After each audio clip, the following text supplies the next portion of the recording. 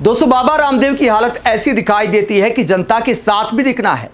मोदी सरकार में जो कमियां हैं उस पर बोलना भी है, लेकिन पीएम मोदी को लेकर कुछ नहीं कहना। साइड वाले कैरेक्टर पर उंगली उठा सकते हैं, लेकिन डायरेक्ट मोदी सरकार पर लगता है कि बाबा रामदेव को खुलकर बोलने में डर लगता है। मीठी मीठी धमकी देते हैं कि भैया लगता है कि मुझे भी आंदोलन करना पड़ेगा।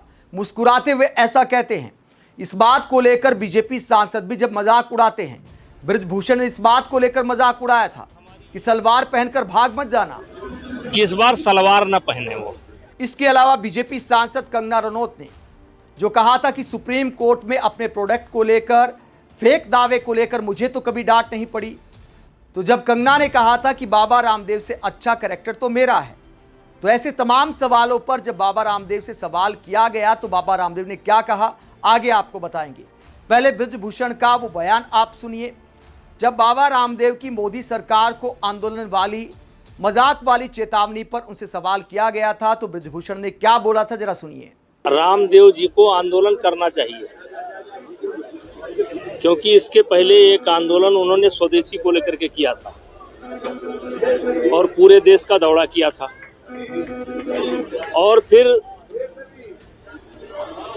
स्वदेशी से शुरू हुए थे और नकली कोई ब्रांड उनसे बचा नहीं जिसका उन्होंने काम ना किया हो, और चड्ढी तक बनाने लगे। अब जरूरी है कि रामदेव जी आंदोलन करें, लेकिन शर्त हमारी ये है कि इस बार सलवार न पहने वो। जैसे सलवार पहन करके जैसे रात में भागे थे, औरतों का बेस बना करके भागे थे, वैसा ना करें। इस बार दमदारी से आंदोलन करें। नहीं, बाबा वाले बेस जो उनका बेस है वो बेस रखें, लेकिन वो बाद में आपने देखा होगा अन्ना हजारे के आंदोलन में अचानक वो सलवार पहन लिए और सूट पहन लिए, वो भाग गए रात में। तो आंदोलन करना चाहिए तो दमदारी से करना चाहिए, किसी अपने बात पर दृढ़ रहना चाहिए, अच्छा हो या बुरा हो उस पर कायम रहना चाहिए। रामदेव बहुत मजबूत आदमी है। अब वो केवल बाबा नहीं है, बहुत बड़े उद्योगपति हैं। बाबा का तो भेष है, भेष से कोई आपत्ति भी नहीं है, लेकिन अगर वो आंदोलन खड़ा कर रहे हैं किसी विषय को लेकर के, तो उस पर उनको टिके रहना चाहिए। और उस आंदोलन का असर, जैसे स्वदेशी का आंदोलन उन्होंने किया, उसके बाद नतीजा ये निकला कि कोई चीज ऐसा नहीं है जिसको उन्होंने बनाया ना हो। कोई चीज, कोई ऐसा व्यापार नहीं है जिसमें घुसे ना हो। और नकली खाद्य पदार्थ के वो सम्राट हैं। मेरी निगाह में नकली खाद्य पदार्थ के वो सम्राट हैं। उनके रोज नमूने फेल होते हैं, रोज हाई कोर्ट टिप्पणी करता है, रोज सुप्रीम कोर्ट टिप्पणी करता है।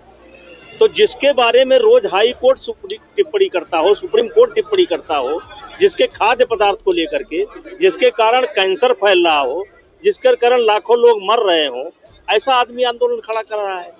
तो बीजेपी नेता ब्रजभूषण शरण सिंह लगातार बाबा रामदेव और पतंजलि पर ऐसे आरोप लगाते आए हैं। एक बार फिर उन्होंने ऐसे आरोप लगाए। इसके अलावा बाबा के भ्रामक विज्ञापनों पर जब कंगना रनौत ने कटाक्ष किया, ये सारे सवाल जब बाबा रामदेव से पूछे गए। इसके अलावा और भी बहुत सारे मुद्दे हैं, स्कूलों का मुद्दा, वंदे मातरम का मुद्दा, इस सारे मुद्दों पर बाबा रामदेव क्या कहते हैं जरा सुनिए। इतनी बात मैं जरूर कहूंगा, सुधार यद्यपि शिक्षा तंत्र, चिकित्सा तंत्र, अर्थतंत्र, कृषि तंत्र, लोकतंत्र के विविध घटकों में सुधार की आवश्यकता है, और उसके लिए भी इसकी सरकार भी काम कर रही है, आगे भी काम होते रहेंगे। लेकिन कुछ लोगों को ऐसा लगता है कि देश में कुछ अच्छा काम हो ही नहीं रहा, इसलिए छोटे छोटे बच्चों को भी 5, 7, 10 साल के बच्चों को आगे कर रहे हैं कि थाना घेर लो, एसपी को घेर लो, डीएम को घेर लो, सड़कों के ऊपर खड़े हो जाओ। नाबालिग बच्चों को, छोटे बच्चों को आंदोलनों में धकेलना चाहिए। जो वरिष्ठ नागरिक है, 18 साल की उम्र के बाद के जो नागरिक है, उनको आगे आना चाहिए। कोई भी आपको लगता है कि कहीं अन्याय हो रहा है, किसी के साथ भी अन्याय हो रहा है, मैं तो कहता हूँ अन्याय चाहे छात्रों के साथ हो रहा है, अन्याय चाहे एक मरीज के साथ हो रहा है, अन्याय चाहे जवानों और किसानों के साथ हो रहा है, अन्याय चाहे एक SC ST के साथ हो रहा है, और अन्याय चाहे एक ब्राह्मण के साथ हो रहा है। आज SC ST का कोई अपमान करे तो सब लोकतंत्र की, संविधान की दुहाई देने लगते हैं कि ये तो संविधान के खिलाफ है। SC ST का अपमान यदि संविधान के खिलाफ है, तो एक ब्राह्मण का अपमान भी संविधान के खिलाफ है।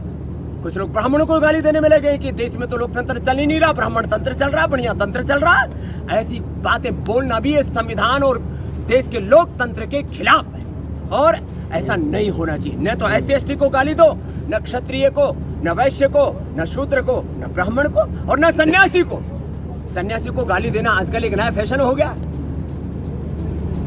और आपस में समाज में ऐसे भेद की दीवारें खड़ी कर दी हैं, एक दूसरे के साथ लड़ाना चाहते हैं। ऐसा नहीं होने देंगे हमने ठाना है। ये सब बौद्धिक दिवालियापन है, ये ठीक नहीं।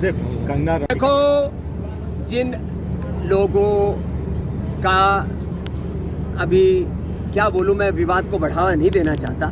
स्वामी रामदेव क्या है ये देश जानता है, स्वामी रामदेव का योगदान क्या है ये देश जानता है। इसलिए मैं ओछे लोगों के बारे में कोई टिप्पणी नहीं करना चाहता। कोई भी व्यक्ति जिसकी सोच ओछी है, घटिया है, उसके बारे में मुझे कुछ नहीं कहना।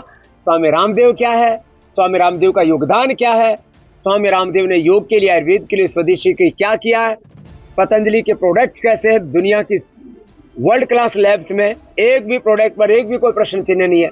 बाकी जो ओछी बातें करने वाले लोग, घटिया बातें करने वाले लोग हैं, उनके बारे में कुछ नहीं। आंदोलन तो यही है सबसे बड़ा कि देश की शिक्षा बदले। एक बात वंदे मातरम के संदर्भ में कहना चाहूंगा, कुछ लोगों को न संस्कृत का बोध है न संस्कृति का बोध है।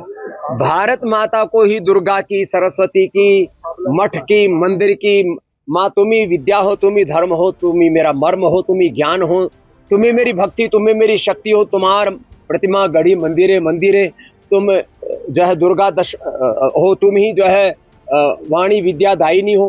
तो भारत माता को सारी उपमाएं दी। हमारे लिए भारत माता सर्वस्व है। अब कुछ लोगों को जिनको संस्कृत और संस्कृति का बोध नहीं, वो वंदे मातरम पर भी प्रश्न चिन्ह लगा रहे। ऐसे अविवेकी मूर्ख लोगों को मैं कहूंगा, थोड़ा संस्कृत और संस्कृति पढ़ लो तो आप वंदे मातरम का विरोध नहीं करोगे।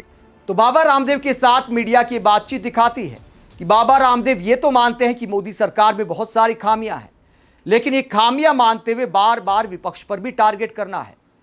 वंदे मातरम पढ़कर सुनाना है कि विपक्ष को आखिरकार दिक्कत क्या है, साथ ही आंदोलन को सही बताना है। लेकिन बच्चे जब स्कूल से निकलकर अपनी मजबूरियां बता रहे हैं, अपने स्कूल का हाल बता रहे हैं, तो बाबा रामदेव कटाक्ष करते हैं कि भैया बच्चों को आगे क्यों कर रहे हो। आजकल मोदी सरकार हो या जो भी डबल इंजन सरकारें हो या कोई भी सरकार क्यों ना हो, तमाम सरकारें वीडियो के आधार पर ही काम करती हैं, वरना कितनी भी चिट्ठियां लिखते रहो, सरकारी दफ्तरों के चक्कर काटते रहो, सरकारों की सेहत पर कोई असर नहीं पड़ता। तो बाबा रामदेव को इस जमीनी हकीकत का भी एहसास होना चाहिए। अगर वाकई बाबा रामदेव जनता के साथ है तो खुलकर बोलना चाहिए। ये मीठी घुड़की देने से आप निष्पक्ष नहीं दिखेंगे। जनता को सब पता है कि सबको सामान बेचना है क्या, इसीलिए बाबा रामदेव बैलेंसवादी बनने की कोशिश कर रहे हैं। लेकिन यहां पर भी PM मोदी को लेकर, नाम लेकर बाबा रामदेव में हिम्मत नहीं है कि सवाल कर सकें। आप इस पूरे मसले को लेकर क्या सोचते हैं, कमेंट बॉक्स में अपनी राय जरूर दें। साथ ही चैनल को सब्सक्राइब भी करें। नमस्कार।